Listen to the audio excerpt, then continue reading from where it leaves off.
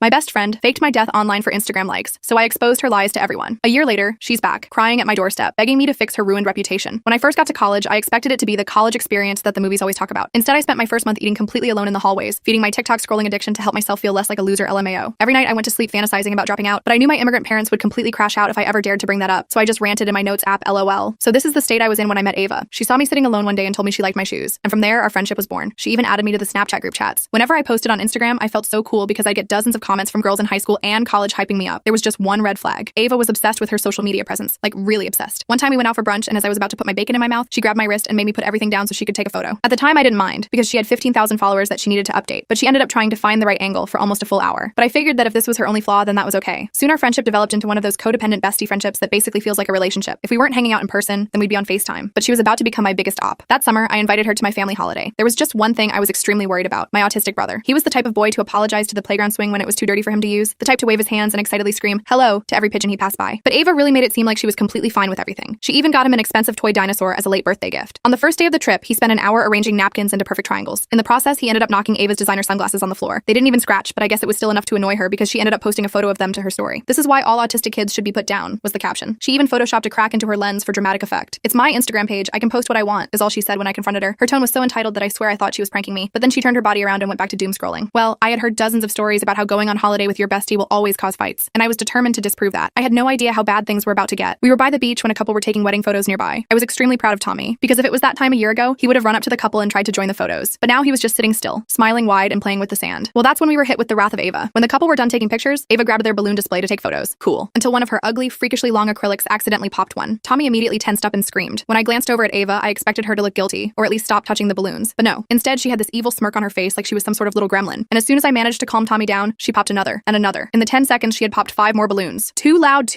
Tommy was screaming, while hitting his head with his fists. It wasn't until I shoved sand into Ava's charging port that she finally stopped. I didn't speak to Ava for the rest of the day, and I was ready to spend my savings on buying her an early flight home. That's when I got the text. It was my mother. Up to this point, we hadn't seen her and my dad all day because it was their wedding anniversary. She sent me a screen recording of Ava's Instagram story. It was a video of Tommy having a meltdown, captioned with "me when the plug cancels on me." And as if that wasn't bad enough, in the next post, she put up a poll saying, "Should we leave him here or nah?" with the only voting options being yes and absolutely. Luckily, my mom was just as angry as me. So her next message was a QR code of the flight she had booked Ava for the next morning. And the second Ava hopped in the Uber to the airport, I blocked her on everything. That evening, my phone was completely blowing up. Everyone was texting saying they had no idea I was struggling with my health. So I made a fake account to check Ava's story. Yep, there it was. A photo of me lying in bed completely photoshopped with AI to make it look like I was on death's doorstep, alongside a GoFundMe link to support my chemotherapy for stage 3 lung cancer. I pinched the bridge of my nose and sighed, because there was one thing Ava didn't know. I would do anything to avenge my brother. I immediately called GoFundMe to report the fraudulent campaign. They took it down within hours, but the damage was already done. Screenshots were circulating, and people were messaging me asking if I was really dying. Some were even angry, thinking I was faking cancer for attention. The irony was almost funny. I tried texting our mutual friends to explain what happened, but most of them didn't believe me. Apparently, Ava had been telling everyone for weeks that I was unstable and attention-seeking. She had perfectly set the stage for this moment, making sure no one would believe me when I tried to defend myself. That night, I couldn't sleep. I kept thinking about Tommy's face when those balloons popped, and how Ava had used his pain for likes. I knew this wasn't over, not by a long shot. Ava had messed with the wrong family, and I was about to show her exactly what happens when you target my brother. I immediately grabbed my phone and started reporting Ava's fake cancer fundraiser posts on every platform. I figured the social media companies would see how obviously fake they were and take them down right away. Boy, was I wrong. I spent hours submitting reports, only to get automated responses saying they'd review the content. Meanwhile, the posts stayed up, and more people kept messaging me about my condition. My fingers cramped from the endless clicking and typing as I tried desperately to stop the spread of Ava's lies. The next morning, I woke up to a campus email about an emergency disciplinary hearing. Apparently, Ava had gone to the student affairs office claiming I was harassing and threatening her. She showed them fake screenshots of messages where I had supposedly threatened to make her pay and ruin her life. I never sent those messages, but she had created convincing fakes using some editing app, the timestamps, the blue bubbles, even my profile picture. Everything looked authentic. I rushed to the administrative building in my pajamas, not even bothering to brush my hair. The morning air bit at my skin as I sprinted across campus, my heart pounding with each step. The disciplinary officer, a stern woman named Ms. Patel, showed me the screenshots Ava had provided. My heart sank as I looked at them. They looked real. If I didn't know better, I might have believed they came from my phone. "These aren't from me," I explained, pulling out my phone with trembling hands. "Look at my message history with Ava. These conversations never happened." Ms. Patel scrolled through my phone, comparing the timestamps and messages. I could see her expression changing as she realized the screenshots didn't match my actual message history. She asked me to wait outside while she called Ava in. I sat on a hard plastic chair in the hallway, my leg bouncing nervously. The minutes stretched like hours as other students walked by, some glancing at me curiously. 20 minutes later, Ms. Patel called me back in. She explained that while she couldn't prove who was telling the truth, there wasn't enough evidence to take disciplinary action against me. I felt relieved, but also frustrated. Ava was getting away with it. As I left the building, I spotted Ava across the quad, surrounded by a group of girls. She was crying dramatically while they patted her back. Her mascara ran perfectly down her cheeks in a way that seemed almost practiced. When she saw me, she whispered something to them, and they all turned to glare at me. Great. Now I was the villain in her story. That afternoon, I got an email from my English professor asking me to come to his office hours. When I arrived, he had a concerned look on his face, his brow furrowed as he gestured for me to sit down. "I received some concerning information about your mental health," he said carefully. "I want you to know that if you need accommodations or extensions, we can arrange that." I was confused until he showed me an email he'd received. It appeared to be from someone at the campus health center, containing information about my supposed mental health issues. The email claimed I had severe mental instability, describing delusions, paranoia, and a history of making false accusations. It warned professors that I might make up stories about other students or claim persecution. My stomach dropped as I realized what Ava had done. She hadn't sent actual medical records, but had created a convincing email that appeared to come from a campus health official. The email contained just enough medical terminology and official-sounding language to seem legitimate to someone who wasn't looking too closely. I explained to my professor what was really happening, showing him the Instagram posts about Tommy. He seemed sympathetic but still uncertain, his eyes betraying lingering doubt. "I'll disregard this email," he said, "but you should talk to campus security if you're being harassed." I thanked him and left, but I knew talking to security wouldn't help. Ava was too smart to leave evidence that could be traced back to her. She was creating doubt about my mental stability so that anything I said would be dismissed as paranoia. Over the next few days, I noticed professors watching me closely during class, as if waiting for me to have some kind of breakdown. Some students whispered when I walked by, their conversations abruptly halting when I got too close. My group project partners suddenly had excuses for why they couldn't meet with me. I was being isolated again, just like those first lonely weeks of college, but this time it was deliberate. I decided I needed evidence of what Ava was doing. I reached out to a girl named Diana who lived in my dorm, but wasn't close to either of us. She had always seemed level-headed and fair. I explained the situation and asked if she'd be willing to help me. Diana agreed to casually bring up my name the next time she saw Ava to see what Ava would say. 2 days later, Diana texted me that she had recorded a conversation with Ava in the dining hall. When I listened to the recording, my blood boiled. Ava was telling Diana that I was dangerously obsessed with her, that I had been following her around campus and sending her threatening messages. She claimed I was jealous of her social media following and was trying to ruin her reputation out of spite. "She's actually kind of scary," Ava's voice said on the recording. "I'm thinking about getting a restraining order. My dad says we have enough evidence." I was furious but also scared. Ava was painting me as some kind of stalker, and people were believing her. Even with Diana's recording, it was just Ava's word against mine. I needed something more concrete. That night, I got a notification that I'd been added to a new group chat. When I opened it, I saw it was filled with people from my dorm and some of Ava's friends. The most recent message was from Ava. "Guys, I'm actually scared. She's been waiting outside my classes and following me to my dorm. I don't know what to do." As I was reading, new messages poured in. "That's so creepy. We should report her. Do you want us to walk you to class tomorrow?" Then someone tagged me directly. "We know what you're doing. Leave Ava alone or we'll make sure you regret it." I threw my phone across the room. It hit the wall with a crack, but thankfully didn't break. I curled up on my bed, trying not to cry. How had this happened? A month ago, I was just a lonely college freshman trying to find my place. Now I was being painted as a dangerous stalker by someone who had mocked my autistic brother. The next day, a group of Ava's friends confronted me outside the library. There were 5 of them, led by a tall girl named Jacqueline who had always been nice to me before. They surrounded me, blocking my path. Students passing by slowed down to watch the confrontation, some pulling out their phones. "We know what you're doing to Ava," Jacqueline said, her voice cold. "It needs to stop." I tried to explain my side, but they talked over me. One of them took pictures of me, probably to send to Ava as proof they'd confronted me. I pushed past them and practically ran to my dorm, my heart pounding, tears blurring my vision as I fumbled with my keycard. Campus didn't feel safe anymore. I started taking different routes to class, eating meals in my room, and avoiding common areas. I was becoming the very thing Ava accused me of being, paranoid and isolated. My grades began to slip as I missed discussions in study groups, too afraid to face the whispers and stares. I decided to talk to a campus counselor. Maybe they could help me figure out what to do. I made an appointment with Dr. Chen, who seemed kind and understanding when I met her. Her office was warm and inviting, with soft lighting and comfortable chairs. I started explaining everything that had happened, from the beach trip to the fake cancer fundraiser to the disciplinary hearing. Dr. Chen listened attentively, taking notes. But as I continued my story, I noticed her expression change subtly. She began asking more pointed questions about my experiences. "Have you ever felt like people were against you in the past?" she asked carefully. "Do you find it difficult to trust others?" I realized that my story probably sounded paranoid from the outside, a complex web of social media manipulation that had turned an entire campus against me. I pulled out my phone and showed her screenshots of Ava's post about Tommy and the fake cancer fundraiser. I played Diana's recording. As Dr. Chen reviewed the evidence, her demeanor shifted. "I see," she said, her voice softening. "This is clearly a case of targeted harassment. Let's talk about some strategies to protect yourself and document what's happening." I felt a wave of relief wash over me. Finally, someone believed me without question. Dr. Chen helped me create a plan to document everything Ava did and suggested I speak with the university's legal counsel about possible cease and desist options. That evening, my phone exploded with notifications. My parents called 5 times in a row. My high school friends were texting frantically. Even Tommy's special education teacher reached out. I had no idea what was happening until I checked social media. Ava had posted a memorial tribute to me on her Instagram. According to her post, I had been so overwhelmed with guilt and shame about lying about cancer that I had taken my own life. She included a photoshopped picture of me with the dates of my birth and supposed death, along with a lengthy caption about how she was processing this tragedy and how mental health issues can affect anyone. The post was decorated with angel emojis and broken heart symbols, a masterclass in performative grief. The post had thousands of likes and comments offering condolences. People were sharing memories of me as if I were actually dead. My parents were hysterical, having seen the post through relatives before I could explain. My mom was sobbing so hard on the phone that I could barely understand her. "I'm fine, Mom," I kept repeating. "I'm right here. It's all lies." It took hours to convince my family I was alive and well. My dad wanted to drive to campus immediately. Tommy was confused and upset, not understanding why people were saying his sister was gone when he had just talked to me that morning. I could hear him in the background, repeating, "She's not gone," over and over, his voice rising with distress. After calming my family down, I sat on my bed, staring at the wall. Ava had crossed a line I didn't even know existed. She had faked my death for attention and sympathy. The comments on her post were full of people praising her for being so strong, for sharing her grief so openly. She was getting exactly what she wanted: social media fame and adoration. I called my parents back and explained everything that had been happening. My dad wanted to call the police, but I knew that would just make things worse. Campus police would see it as a she said